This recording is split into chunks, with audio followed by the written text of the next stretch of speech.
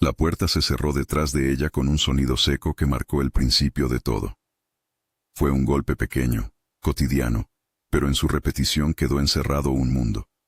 El ruido de la madera contra madera, la frialdad de la cerradura, el hervor de la casa que seguía respirando sin pedirle permiso. Mariana apretó la maleta contra su vientre como si fuera posible abrazar, con un solo gesto, dos vidas distintas, la que dejaba y la que todavía crecía dentro de ella. La mañana era pálida, de un sol que no lograba calentar el aire. Perpetua no dijo mucho, había dicho lo suficiente. Sus palabras habían sido una lista precisa y fría. Aquí no hay lugar para vergüenzas. No te traje al mundo para que me avergüences ahora. Alides se había quedado atrás en silencio, con las manos temblorosas sobre la mesa, mirando la taza de café como si en ella encontrara razones para no mirarla a ella. Davi no estaba. Su ausencia, más que la ausencia de alguien, fue una sombra que rompió a Mariana por dentro.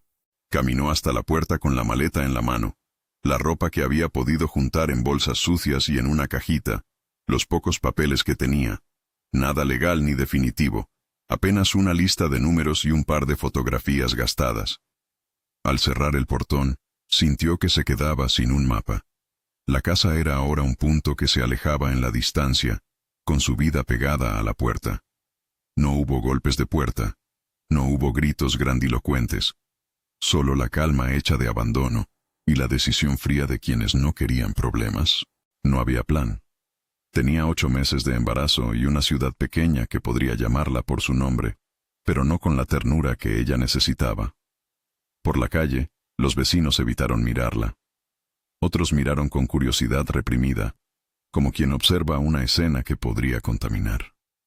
Llevaba zapatos gastados. Al andar el pie le ardía en las suelas. Las ampollas empezaban a reclamar. Cargaba en el cuerpo el cansancio acumulado, las preguntas sin respuesta y un silencio que picaba la garganta. Nadie abrió esa mañana. Aquella frase flotaba en su cabeza, repitiéndose mientras la ciudad se quedaba atrás y el camino hacia el campo se abría, polvoriento, ante sus ojos. Caminó larga distancia.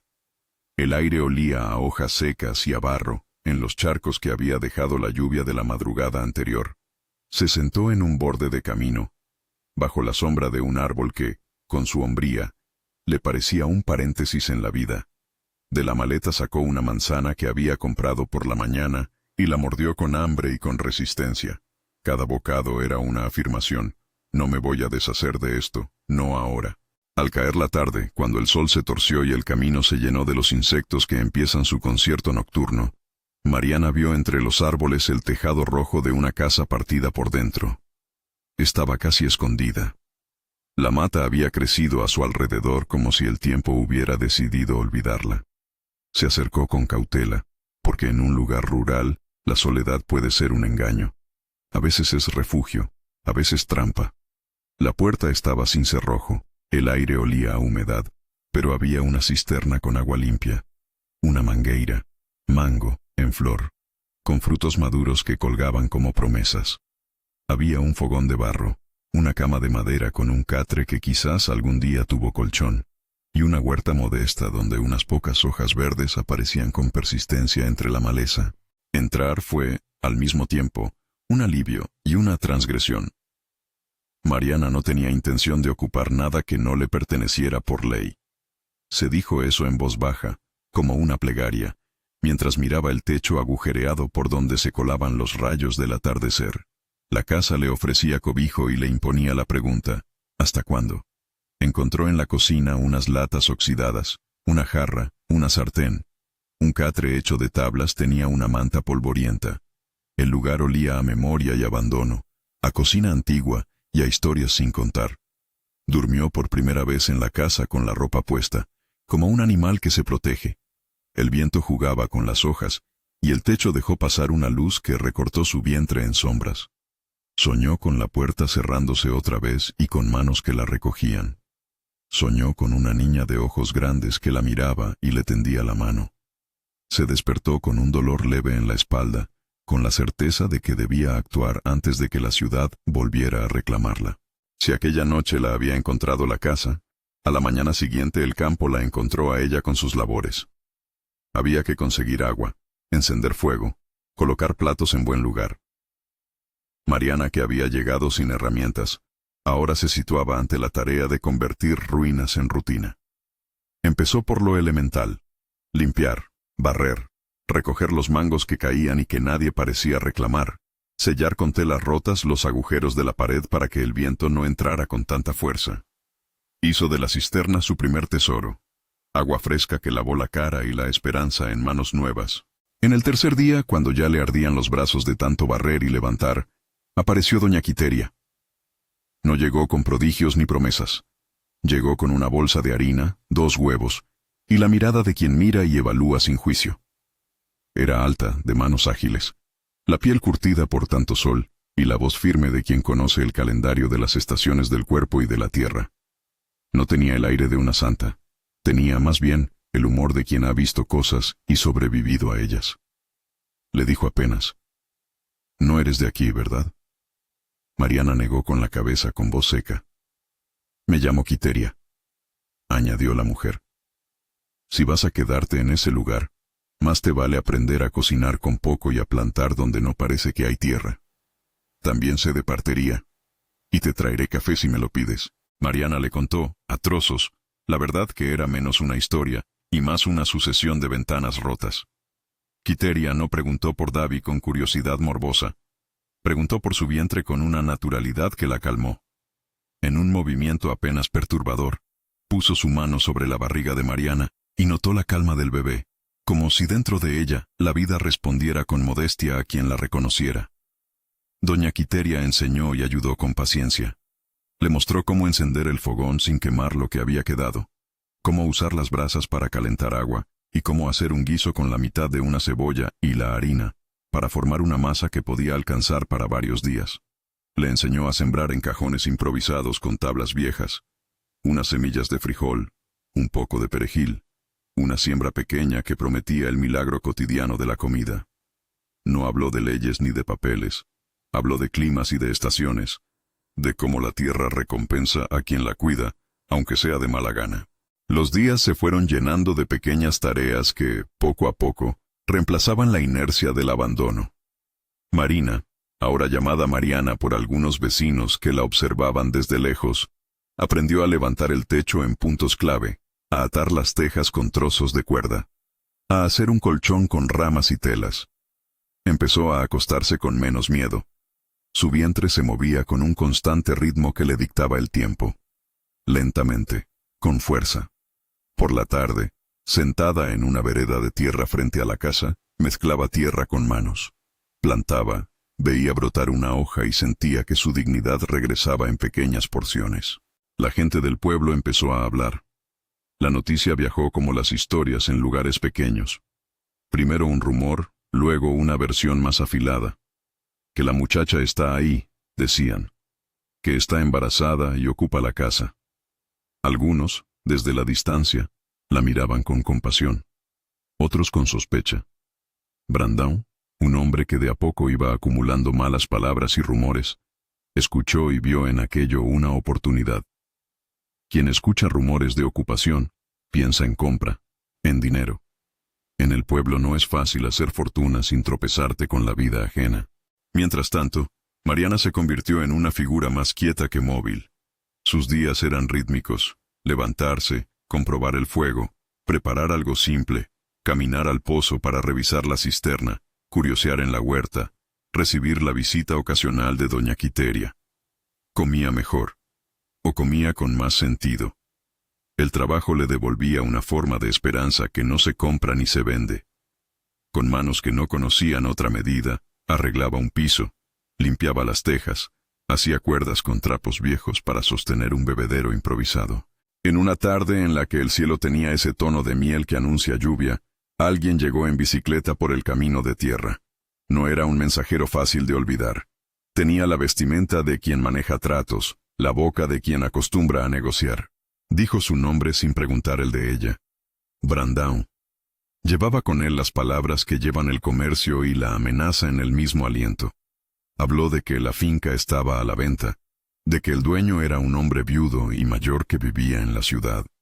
Mencionó cifras con descaro, como si hubiera sido el dinero y no las personas quien tomara la decisión sobre los pedazos de tierra. Doña Quiteria lo escuchó con esa tranquilidad que quien ha visto hombres pasar y hablar mucho. La casa está abandonada, dijo él como si eso fuera una sentencia. Podríamos comprar el terreno, arreglarlo, no puede quedar así. Su tono, sin decirlo en voz alta, era el de quien pretende cerrar una historia con un billete. Vaciló un instante, tanteando la reacción de Mariana, como quien tantea una puerta que aún no se decide a abrir. Mariana sintió un frío que no venía del viento. No tenía defensa legal ni voz en la conversación, más que la que le cedieran quienes la escucharan. Quiteria lo miró con desdén suave y dijo, «Si piensas en dinero, piensa en gente también. Hay una muchacha aquí embarazada y un lugar que ya empezó a recomponerse. Pregúntale al dueño antes de hacer promesas». Brandão rió apenas, no por diversión, sino por hábito. La risa de quien cree que las leyes del dinero están por encima de las leyes de la vecindad. No era la primera vez que Mariana enfrentaba la sensación de ser evaluada por su utilidad. Ya lo había sentido en la casa de Perpetua, en la mirada esquiva de Alides, en el silencio de Davi cuando se marchó. Pero aquella vez, en la tierra que empezaba a responder, la evaluación tenía un nuevo termómetro. Su capacidad de transformar con sus propias manos. Era, de alguna manera, una prueba que prefería pasar. Alguna gente del pueblo empezó a ayudar con discretas donaciones. Una bandeja de comida de vez en cuando, una manta que no hacía falta a nadie más. Unos pocos trajeron herramientas. Una azada, una lija para madera. No era caridad solemne. Era la cooperación práctica de vecinos que se conocen y que entienden que una red se forma con hilos pequeños. Mariana devolvía con trabajo, barriendo el patio de la iglesia, ayudando a cuidar un potrero a cambio de leche. Su dignidad se sostenía en esos intercambios. En una de esas mañanas, mientras limpiaba la cocina, vio señales de vida anterior. Una libreta con hojas amarronadas donde alguien anotaba cosechas, fechas de lluvia, el nombre de la dueña vieja, Clara. Había trazos de letra que hablaban de otra mujer que una vez llegó a ese lugar con un niño y sembró tomate. Mariana sonrió por primera vez sin que le doliera la sonrisa. Había continuidad en aquello. La tierra se acordaba de manos que la habían tocado antes. Esa libreta se volvió para ella un mapa imperfecto. Le enseñó qué plantar, cuándo cortar, cómo guardar semillas. Doña Quiteria le contó, a su manera, la historia del lugar. Le habló de don Cándido, del viejo propietario, del silencio que lo había envuelto tras la muerte de su esposa. «Es un viudo tranquilo», dijo Quiteria, como si con la palabra «tranquilo» envolviera tanto la posibilidad de bondad como la posibilidad de distancia. Pasa por la ciudad, no viene mucho por acá. Pero tiene familia y cabeza para cuidar propiedades. No es hombre que deje todo ir sin mirar. La frase dejó en el aire la idea de que el lugar no estaba realmente a la deriva, que había un dueño que lo miraba desde la distancia. Los días se amontonaron en hábitos. Mariana aprendió a cocinar con el calor de una olla y a frotar la ropa con un cepillo viejo. Su vientre se movía con más fuerza. Notaba ahora los pequeños golpes, como si la niña quisiera participar en ese trabajo de reparación. Le habló a la barriga en voz baja, como con un cómplice. «Aguanta un poco más, nena. Vamos a poner todo en orden». Era una promesa sin garantía, pero era su promesa. En la sexta semana desde su llegada, algo distinto ocurrió. Alguien tocó la tarde con pasos firmes en el sendero de la casa. No era la bicicleta de Brandão ni la presencia callada de algún vecino. Era un hombre mayor que caminaba despacio, con una bolsa pequeña, observando la casa como quien revisa un recuerdo. Se quedó al borde de la propiedad, sin cruzar la puerta, mirándola a ella como pidiendo permiso para entender lo que veía. Tenía el cabello cano, y una mirada que parecía haber aprendido a medir el mundo a golpes de pérdida. Mariana sintió, antes de que él hablara, que su presencia inauguraba algo. «Buenas tardes», dijo el hombre con voz suave. «Me llamo Cándido. Vivo en el pueblo. Esta era mi casa de campo hace años». Mariana se quedó en silencio un momento, las manos todavía húmedas por cocinar. No sabía si aquella voz sería un juicio o una salvación. En las historias siempre hay momentos decisivos que parecen sencillos y en los que, sin embargo, todo cambia. Don Cándido la miró y no preguntó de entrada por papeles ni por dinero. Miró la casa, miró las tejas improvisadas, la huerta lijada, la olla en el fuego, y después volvió la mirada a ella. He pasado por acá algunas veces, continuó. No había nadie.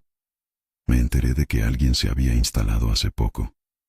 Quería ver con mis propios ojos. Mariana le dijo la verdad, con voz temblorosa. Había sido echada de su casa. No tenía a dónde ir. Tenía un bebé en camino. Don Cándido escuchó sin movimientos bruscos. Parecía medir las palabras antes de dejarlas entrar en su boca. Si vas a quedarte aquí, dijo al fin, necesito saber por qué. No puedo permitir que gente ocupe terreno si no hay diálogo.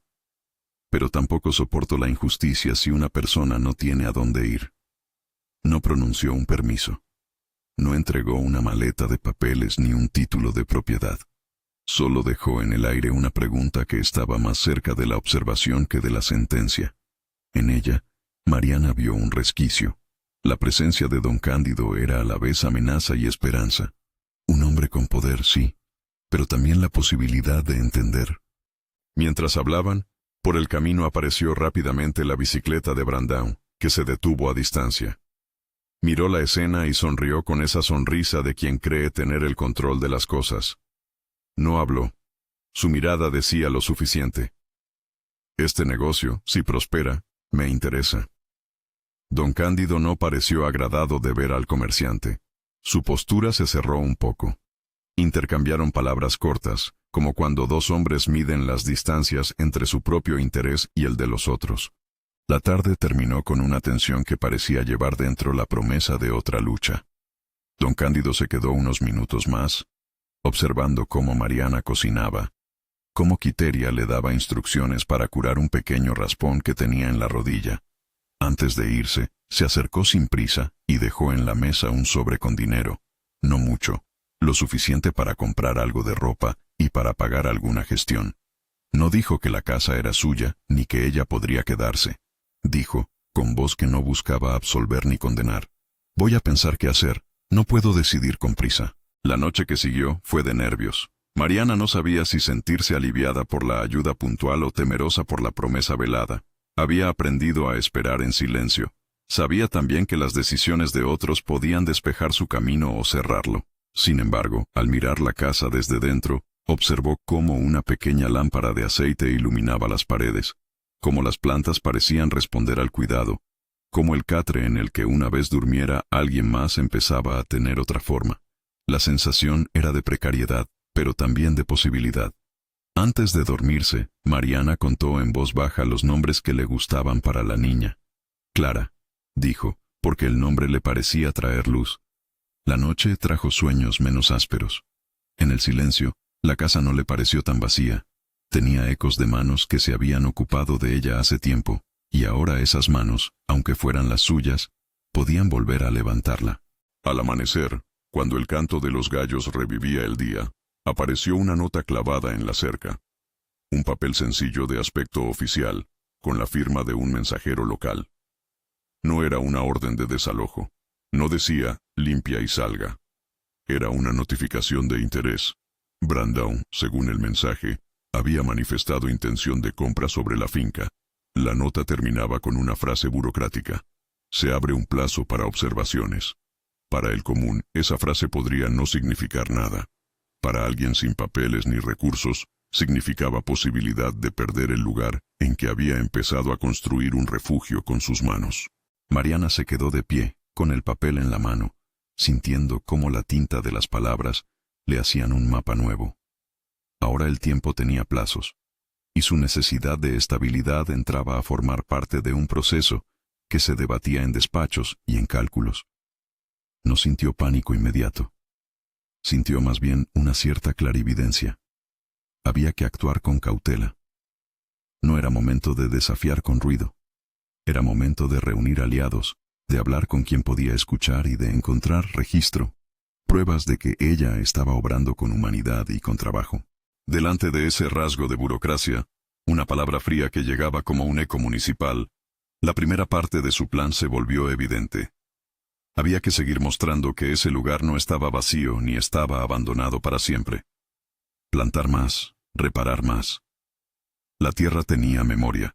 Respondía a la mano que la cuidaba. Si el dueño, don Cándido, miraba con atención, vería que aquello empezaba a vivir otra vez.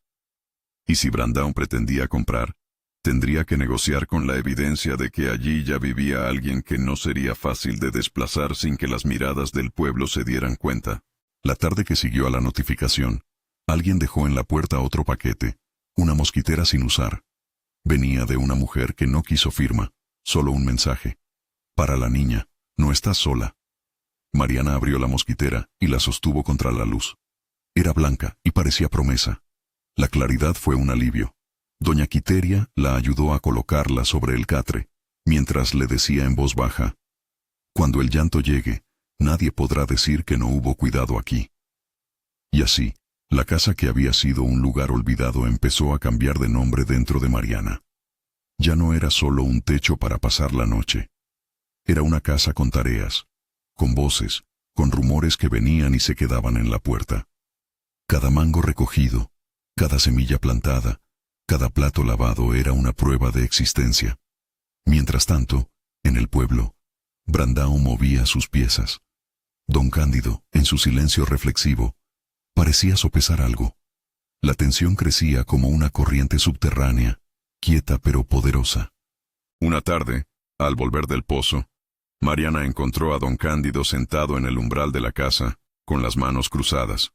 No llevaba papel ni abogado. Llevaba la calma de alguien que había decidido observar con más cuidado.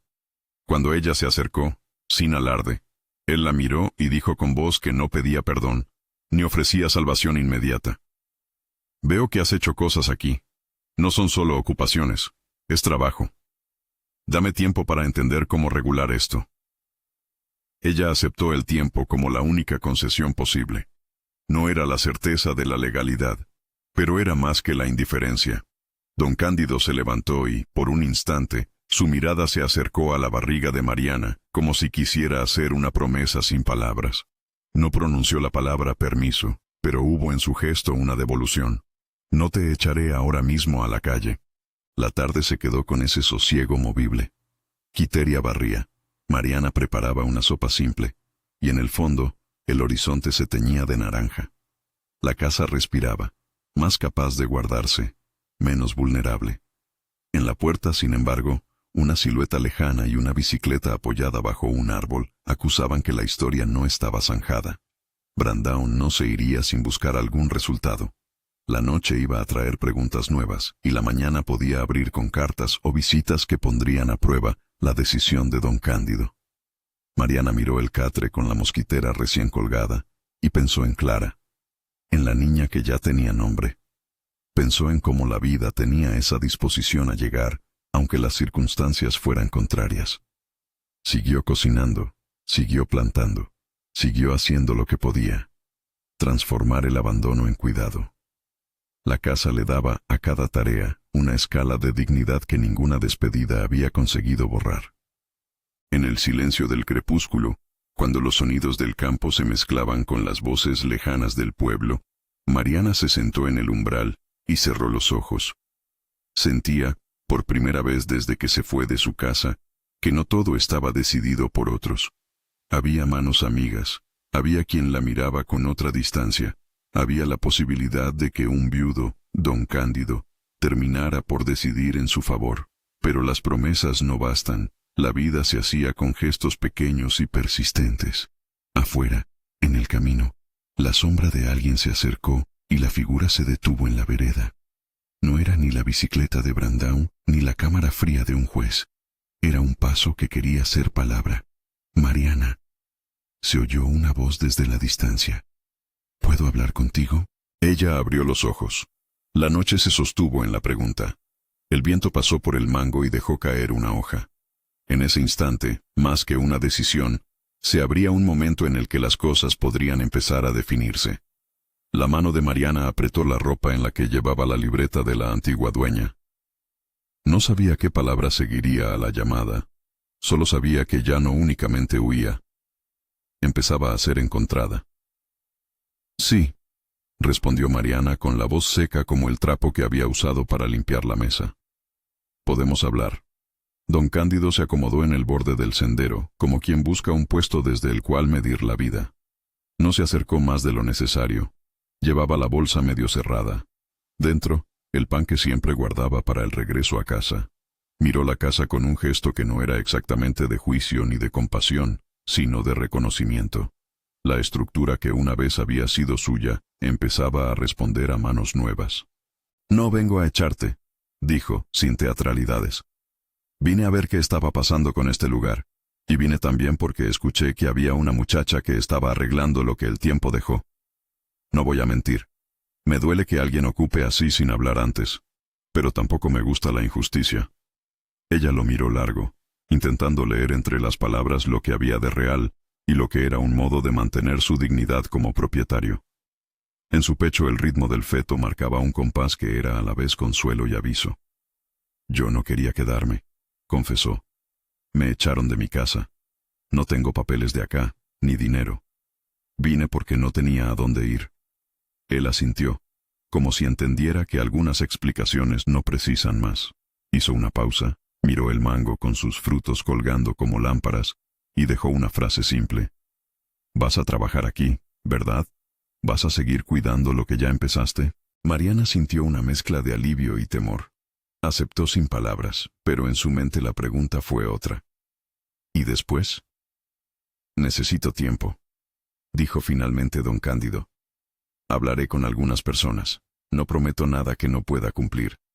Pero pensaré cómo regularizar esto para que no te lo arrebaten de la noche a la mañana. La noticia de que el dueño se había acercado y no había simplemente ordenado el desalojo, corrió por el pueblo con una velocidad que mezcla sorpresa y alivio.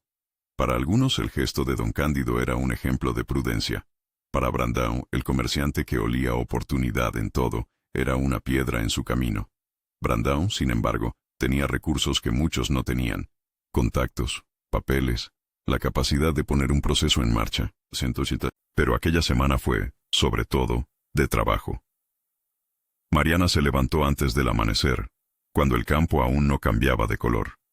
Quiteria le había enseñado a escuchar el día, que la tierra se abre en un momento distinto según la humedad de la noche, que los mangos caen cuando el sol empieza a subir, que hay días de siembra y días de espera. Con manos que ya no le dolían por la dureza, hacía surcos, regaba las plantas con la cisterna que se había convertido en su compañera silenciosa y reparaba el catre, clavando pequeñas tablas que almacenaba en una caja rota. La presencia de don Cándido se fue volviendo menos rara y más humana. No llegó de golpe con papeles ni con pronunciamientos. Al principio trajo herramientas, una sierra, clavos, una lona para techos. Las dejó sobre la mesa como quien deposita una ofrenda. Luego volvió con un cajón de víveres comprado en la ciudad, y le dijo con un intento de sonrisa, «No me gusta verte ahí sola. ¿Te incomoda si paso de vez en cuando a ver cómo van las cosas?» Mariana aceptó la visita como quien acepta que la lluvia tarde o temprano llegue. Le sorprendía la lentitud de sus palabras y la rapidez de sus manos. Cándido no era hombre de grandes discursos. Era hombre de acciones pequeñas, de esos que hablan con el cuerpo. Arreglar el broche de una ventana, sostener la escalera mientras ella subía a reponer tejas, bajar al pozo cuando la cuerda se atascaba. Esas manos le dijeron algo que las palabras todavía demoraban en mostrar, que había en él la posibilidad de un refugio que no atacase su dignidad. El pueblo, por su parte, empezó a moverse en direcciones distintas. Algunos se acercaban a preguntar y ofrecer algo, un par de huevos, una manta vieja, el ofrecimiento de cuidar la huerta cuando ella no pudiera. Otros, más encogidos en su prejuicio, murmuraban que la ocupación no podía ser un ejemplo. Brandão, imperturbable en su empeño, aumentó su influencia. Fueron apareciendo papeles en el ayuntamiento, pedidos de información, incluso ofertas públicas de compra, que rumores situaban con cifras generosas. Cándido respondió a todo con su manera de ser, pausada y firme. Fue a la ciudad en un par de ocasiones, conversó con conocidos, y cuando volvió, Lo hizo con una idea clara en la mirada. Había que formalizar la situación, no para dársela a ella como caridad, sino para reconocer lo que ya se había hecho. Habló de trámites en voz baja, de registrar el uso, de un documento que aclarara que la casa no permanecía abandonada y que, mientras tanto, nadie debía tocarla. Mariana no entendía del todo los términos, pero sí entendía la intención. Alguien con poder había decidido no mirar hacia otro lado. No todo fue calma. Brandão, al sentir que la posibilidad de compra se diluía ante la presencia de un propietario atento y la propia comunidad, empezó a presionar con detalle. En una madrugada enviaron a 2 hombres a rasgar un sector de la cerca. No venían a pelear, venían a hacer visible la posibilidad de amenaza. De día difundieron rumores sobre la legalidad de la ocupación. En la feria del pueblo se instaló un corrillo en la plaza donde se decía que cualquier compra debía ser conocida y que la presencia de una muchacha embarazada no cambiaba las reglas del mercado. La respuesta fue colectiva, y no por heroicidad, sino por molestia compartida. Vecinos que habían recibido un favor de Mariana o de Quiteria comenzaron a aparecer más de lo habitual. Uno trajo un saco de harina, otro una manta extra. En la iglesia, la señora que cuidaba del comedor de los pobres incluyó una porción de sopa en su entrega, sin marcharse sin antes dejar un comentario en voz baja. La casa ya tiene vida. La comunidad se movía con esa lógica de apoyo lento. Nadie armó un ejército. Nadie clamó por una causa. Simplemente la solidaridad se volvió una costra que, poco a poco, protegía. En esos días, la relación con don Cándido dio pasos sensibles. Una tarde que la tormenta amenazaba, él se sentó en la cocina con una taza de café caliente y contó una parte de su historia. No era un monólogo. Eran fragmentos arrojados con la cautela de quien apenas toca una herida para ver si todavía duele. «Perdí a mi señora hace años», dijo. «Ella cuidaba del jardín de esta casa. Después la ciudad y los compromisos me llevaron lejos. Cuando volvía, esto estaba cerrado. Supuse que, con el tiempo, todo se vendría abajo y otros harían su vida. Pero nunca olvidé que había cosas que a uno le pertenecen por memoria, no solo por papeles». Mariana lo escuchó, sin intención de forzar lástimas. En esa revelación, sin embargo, encontró atenuantes para su temor. Él también conocía la soledad y el peso de la ausencia. La conversación no los ató de inmediato. Los ató, más bien, a una responsabilidad compartida, a la necesidad práctica de encontrar la manera de que la casa tuviera un nombre oficial y personas que respondieran por ella. La barriga, la niña que ahora ocupaba sus días, seguía marcando los pasos. Quiteria se transformó en una presencia diaria y precisa. Llegaba por la mañana con infusiones, trituraba hierbas para mantener el ánimo, miraba la barriga como quien revisa la climatología de un embarazo. Enseñó a Mariana a preparar un rincón que pudiera servir como sala de parto. Limpió, colgó la mosquitera sobre el catre, lavó telas, dejó toallas limpias y una olla grande con agua caliente siempre lista. No hubo dramatismo. Todo lo que se hacía era trabajo práctico.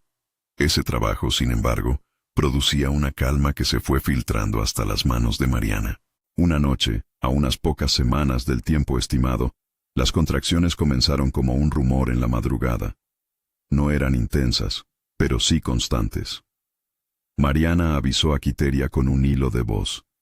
La partera llegó en su bicicleta, con una bolsa de tela donde llevaba, como si fueran armas sagradas, paños, cuerdas, aceite, y la serenidad de quien ha visto y acompañado muchos alumbramientos. Quiteria no era heroína ni figura mística, era sobre todo una mujer con manos y coraje. «Tranquila», dijo al entrar, sin mayores vueltas. «Vamos a hacer lo que siempre hemos hecho. Agua caliente, luz cerca, tranquilidad. Respiremos». La casa se transformó en espacio de trabajo amoroso. Don Cándido, que en ese momento estaba presente, se mantuvo en un lugar intermedio, cerca pero sin invadir. Su rostro mostró ansiedad contenida. Quiteria le indicó tareas sencillas: hervir agua, calentar telas, mantener la puerta abierta para que entrara el aire. Él obedeció con prisa de aprendiz, con el gesto de quien descubre que sostener algo es, a su modo, también ayudar a sostener una vida nueva. El parto fue un proceso intenso y humano. Mariana se movía entre contracciones, con la respiración guiada por la voz paciente de Quiteria. Su cuerpo, la promesa hecha carne, respondió. No hubo lenguaje clínico, solo palabras de aliento. Tira una vez más, respira, abrévate a la fuerza. El silencio del campo esa noche se llenó de sonidos combinados. El crujir de la madera, la respiración acompasada, el murmullo de la partera. No hubo sangre descrita ni imágenes grotescas. Hubo esfuerzo, entrega y una llegada. Y luego, el llanto, un sonido corto, claro, implacable, que rompió cualquier expectativa de quietud. La primera vez que Mariana escuchó a su hija llorar, algo en la casa se abrió como una verja. Sujetó a la niña sobre su pecho y todo encajó en una imagen simple pero definitiva. Una madre, un bebé, un techo que ya no parecía tan precario. Quiteria limpió, abrigó y dejó a la niña con la madre. Don Cándido, que hasta entonces se había mantenido a cierta distancia, se acercó con paso vacilante. No hubo grandes palabras, solo la necesidad evidente de tocar, de ver, de comprobar que aquello era real. Cuando por fin sostuvo a la niña en sus brazos, su rostro, que la vida había endurecido, se transformó. No fue una iluminación milagrosa. Fue un brillo humano, una rendición ante la ternura. Dijo, casi en un susurro. ¿Cómo se llama? Clara, respondió Mariana, aún sin fuerzas para ahogar la emoción. Se va a llamar Clara. El nombre cayó como luz sobre todos. Fue un momento de reparación. El llanto de la bebé fue el primer acontecimiento que reorganizó las miradas. Los vecinos, quienes pasaban por la cuadra, las personas que habían traído suministros, incluso aquellos que en las semanas previas habían mirado con recelo, ahora tenían en la memoria el sonido nuevo que reclamaba protección. Los días siguientes al nacimiento fueron de ajustes delicados. La comunidad, que había devenido en cordón protector, se apresuró a ofrecer colchas, leche en polvo, ropa. Don Cándido, en vez de apartarse, se mostró más presente. Llevó medicinas, pagó al artesano del pueblo para arreglar la mecedora vieja. Fue a la ciudad para comprar algunos artículos que la partera consideró necesarios. No se trató de decisiones grandiosas. Se trató de atención repetida. Y en esas atenciones pequeñas se fue conformando un nuevo pacto. Él cuidaría la casa y velaría por la niña. Ella cuidaría su hija y la huerta. La comunidad vigilaría con discreción. Brandão, al ver que la escena no se desmadraba a su favor, ensayó otro movimiento. Hizo una oferta pública de compra que parecía evitar cualquier consideración por la vida que allí había nacido. Invitó a algunos a apostar por la ganancia. Sin embargo, la respuesta fue distinta. La gente ya no hablaba solo de terrenos, sino de una vida que se había echado a andar. Los murmullos de antes ya no eran suficientes. Fue entonces cuando don Cándido tomó una decisión que mostró el rumbo definitivo de su transformación. Fue a la oficina municipal y, con la calma de quien había decidido actuar, inició trámites para reconocer el uso constante del lugar. No se trató de una donación. Se trató de formalizar una realidad que ya existía. La casa no estaba vacía y la mujer que la ocupaba no era un simple ocupante, sino responsable de su cuidado. Esa formalización tuvo, para muchos, matices burocráticos y para otros, un gesto moral. Brandão, al sentir que la posibilidad de compra se cerraba, prometió retirarse y lo hizo con la rabia de quien pierde una oportunidad. No hubo enfrentamientos físicos, hubo papeles, conversaciones en el ayuntamiento, y la constatación de que cuando lo local y lo humano se juntan, la comunidad pesa más que la idea del negocio por sí solo. En un día de soles limpios y aire tibio, se concretó un acto simple en apariencia. Don Cándido firmó un documento en un escritorio municipal pequeño, frente a un empleado serio que miró los papeles y los selló. No era una herencia entregada como caridad, sino una formalización del uso y del compromiso. Al salir, Cándido no habló de héroes ni de méritos. Dijo, mientras acompañaba a Mariana hasta su casa, «No te he dado la casa, ni me he adjudicado tu vida. Simplemente he reconocido lo que entre todos ya construimos, que esto sirva para que nadie venga a decir que aquí no vive nadie». Mariana sintió entonces que su situación cambió de manera tangible. No era la dueña absoluta, pero tampoco era el viento que podría llevársela en la primera estación de mala suerte. Había, en esa firma, una respiración que la calma y le permitió mirar más lejos. La llegada del padre, Alides, ocurrió con la misma lentitud que las buenas palabras suelen recorrer. No fue una entrada triunfal, fue una visita acobardada, con el paso de quien aún carga culpa. Apareció en la vereda una mañana, el sol de costado, con las manos temblorosas y la mirada baja. Traía consigo el olor del tabaco y una flor marchita en la chaqueta, como excusa para la ternura. Se acercó y dijo, con voz áspera por el arrepentimiento tardío: «Mariana, vine a pedir perdón». La palabra fue pesada. No hizo alivio inmediato. Mariana lo miró con la misma cautela de quien recibe una herramienta que puede servir para reparar o para romper. Recordó la casa que dejó, la puerta que se cerró, el silencio de Alides aquel día con la taza de café en las manos. El perdón, comprendió, no se regala, se negocia con actos. Alides lo entendió. Se arrodilló sin drama, sin teatralidades, y dijo lo que pudo: que su miedo lo había aletargado, que no había sabido ponerse delante de su propia familia, que ahora venía con manos dispuestas a ayudar. La reconciliación no fue inmediata ni total.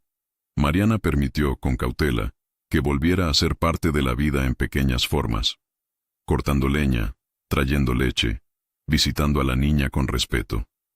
Él no recobró su lugar sin más. Tuvo que ganarlo de nuevo con trabajos sencillos, con presencias que no reclamaban protagonismo. A veces, en las noches, Alides se quedaba en el porche mirando las verduras, y cuando nadie miraba, limpiaba los utensilios, guardaba la leña. No fue una restauración completa de la relación, pero sí una ruta para reparar lo que se había roto. Mariana lo permitió a paso lento. De esa forma, su dignidad no se vio comprometida por un perdón precipitado. David, el que una vez fue la sombra que abandonó, reapareció en la historia con otro ritmo. Llegó cuando la casa ya tenía la mosquitera, cuando el nombre de la bebé era ya conocido. No buscó una reconciliación llevada por valores nobles. Buscó por su propia necesidad de aparecer. Quiso explicarse, decir que se había equivocado, que su abrupta salida no había sido huida, sino miedo. Mariana le escuchó con frialdad, que no necesitó desprecio. Ella ya había entendido que su vida no debía depender de la reparación de otro, que no había mostrado constancia. David pidió, y recibió un rechazo no planeado. No le cerraron la puerta con violencia, pero le mostraron que no había lugar para quien no hubiera llevado el peso del compromiso desde antes del nacimiento de Clara. El tiempo, que en el campo tiene una manera de curvar las heridas, siguió su curso. La casa se pintó con manos amigas, la hortaliza dio los primeros tomates que alimentaron una cena colectiva, y las visitas se volvieron la costumbre de aquellos a quienes les importaba ver cómo crecía una criatura. Mariana, por su parte, encontró pulso en la repetición de las tareas: amamantar, limpiar, sembrar, levantar una teja. Cada acto pequeño devolvía su sentido más profundo. Con su trabajo reconstruía su dignidad, y de paso, la casa. Clara creció con la presencia constante de figuras que no buscaban fama. Quiteria seguía viniendo con galletas, con recetas para velar el sueño de la criatura, con historias de partos ajenos que solo traían consuelo. Don Cándido pasaba por la huerta para mirar si los frijoles habían germinado. Se sentaba a veces en el umbral con una taza de café y observaba sin palabras, como quien aprende a ser la sombra protectora. El pueblo ya no hablaba de ocupación. Hablaba del lugar donde había nacido una niña y de la mujer que había construido un hogar con sus manos. Hubo días de fiesta pequeña para celebrar la primera cosecha. La gente trajo lo que pudo: tortillas, miel, una torta sencilla. Se armó una mesa larga sobre la que se puso la sopa, el pan y la compañía. En esa mesa, apoyada en su silla, Mariana miró a Clara jugar en el suelo con una hoja seca, y comprendió que la palabra hogar no era una señal en una cerca, era la resonancia de vidas que se entrelazan. Don Cándido, que hasta entonces había sido el hombre que llegó a ver la casa, brindó un vaso de agua y dijo, con la voz que había aprendido a soltar: a la casa que se hizo de nuevo, a las manos que trabajaron. No hubo música sofisticada ni discursos largos. Hubo risas, preguntas tontas de niños, la complicidad de los que aprendieron a cuidarla sin ser mostrados por un pedestal. En esa sencillez, Mariana halló una forma de definición que no necesitaba ser aprobada por el mundo entero. Su hogar era eso, un lugar tejido con apoyo cotidiano. Con el tiempo, la formalización que don Cándido había conseguido en el registro se complementó con una decisión que selló la historia sin dramáticas renuncias. Él decidió que era justo reconocer la permanencia de Mariana y la niña. No fue una cesión total de bienes, ni una figura legal que anulara derechos. Fue más bien la voluntad de asegurar que ningunas manos llegaron a arrancar lo que con trabajo había nacido. La familia del pueblo observó el gesto con respeto y algunos con sorpresa.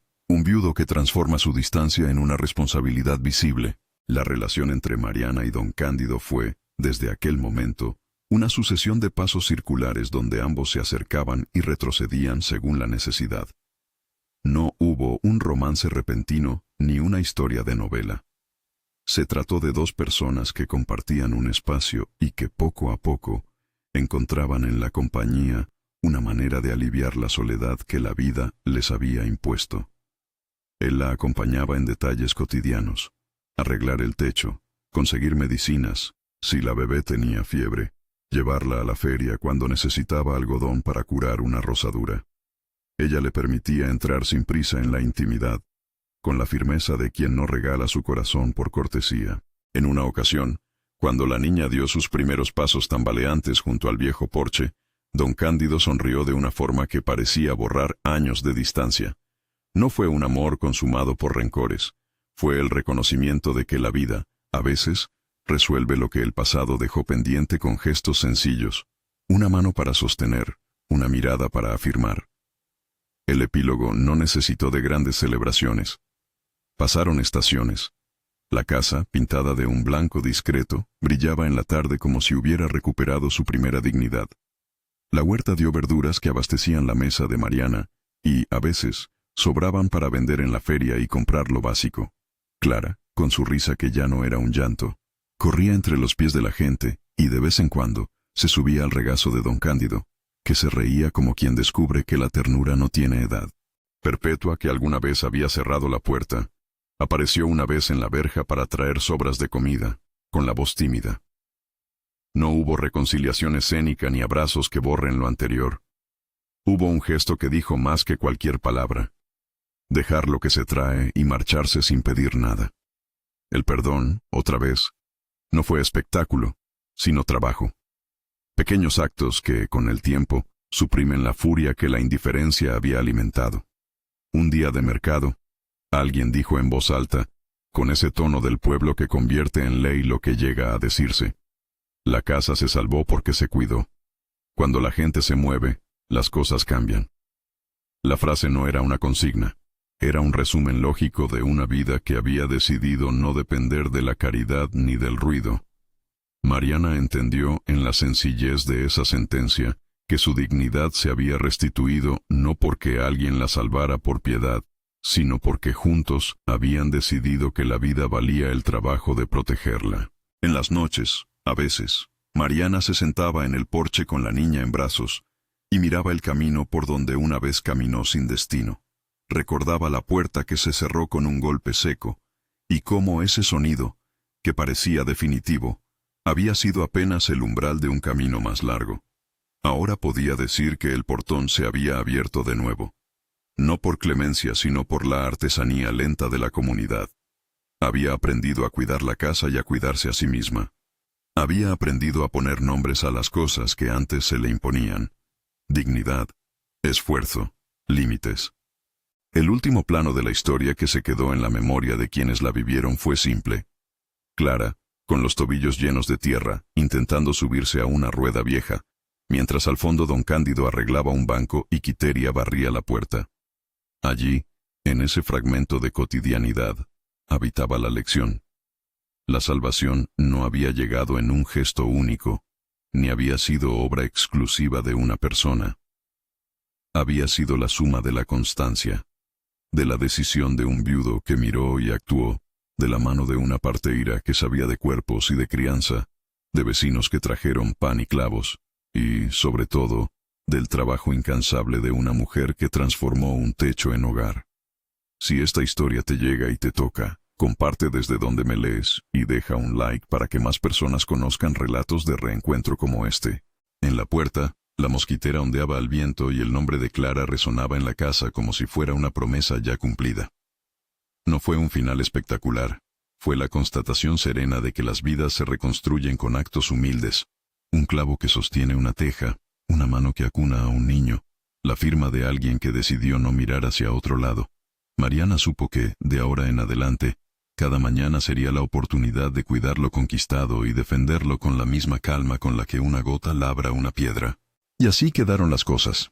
Una mujer que fue expulsada y quedó sin hogar encontró en la lentitud de la comunidad y en la decisión de un viudo que se hizo responsable, no solo un techo, sino un lugar donde su hija podría crecer con dignidad. La casa dejó de ser ruina y se volvió hogar. La tierra dejó de ser olvido y recuperó fruto. Las manos, que al principio eran extrañas, se volvieron aliadas. No hubo héroes ni milagros. Hubo decisiones. Y eso, en pueblos pequeños, en barrios olvidados, es muchas veces lo más parecido a la salvación. Si conoces a alguien que necesite escuchar esta historia de reencuentro y esperanza, compártela y suscríbete para más relatos que muestran cómo la dignidad puede reconstruirse con manos humildes y coherentes.